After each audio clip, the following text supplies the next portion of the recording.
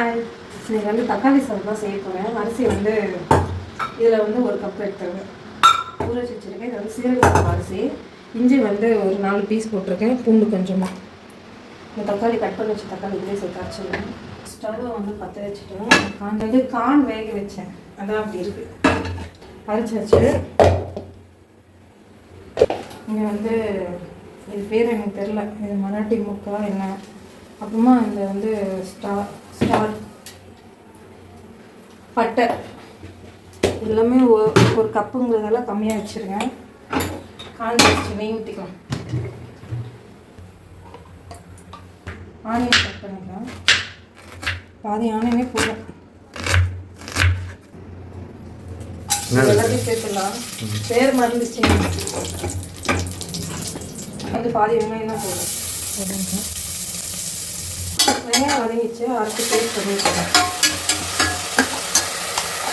செய்கிறது தக்காளி சாதம் தான், ஆனால் ஏமாற்றி காய் போட்டு கொடுத்துட்றாங்களேண்ணா.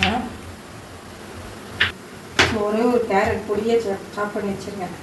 உருளைக்கிழங்கு அவர் சாப்பிடுவாங்க. ஸோ அதனால் போட்டுடலாம். வதங்கிடுச்சு. காயெல்லாம் சேர்த்துறேன். தக்காளி சாதத்தில் காய் போட்டாலும் நம்ம தான் இருக்கும். நான் உப்பு சேர்த்துக்கலாம். கரம் மசாலா லைட்டாக போட்டுக்கிறேன். அதெல்லாம் அரிசி சேர்த்துடலாம். காஷ்மீரி சில்லி பவுடர் வந்து இதில் போட்டதால இதில் வந்து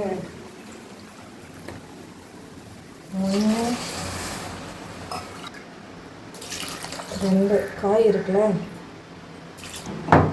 இப்போதான் 2 ஊற்றிடுறேன். ஒரே ஒரு தொண்டை கொஞ்சம் முட்டை பண்ணுவேன். சின்ன பர்னரில் வச்சாச்சு. இந்த சைடு வந்து முட்டை பொரிச்சிக்கலாம். மேடமோட ஆனியன் போட்டு முட்டை பொரிச்சு கொடுத்தமிச்சா அப்படியே ரிட்டர்ன் பண்ணிடுவேன். முட்டை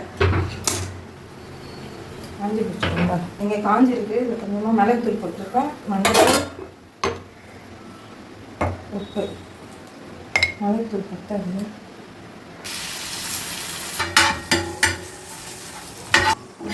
முட்டை பொரிச்சாச்சு. ஏன் தோசைக்கல்லில் பண்ணோம்னா ஃபிஷ் இருக்கு வறுக்கிறதுக்கு. ஸோ அதுலேயே வறுத்துடலாம்னு சொல்லிட்டு